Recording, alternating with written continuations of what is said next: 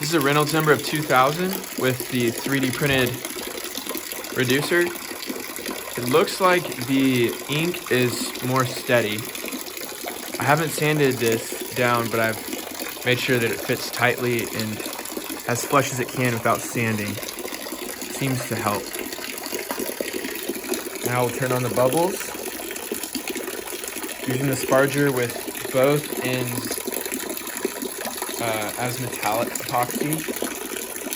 Here comes the bubbles. Pretty small, but we see that there's some bubbles catching, tearing off into big bubbles. The big bubbles make the flow go completely turbulent.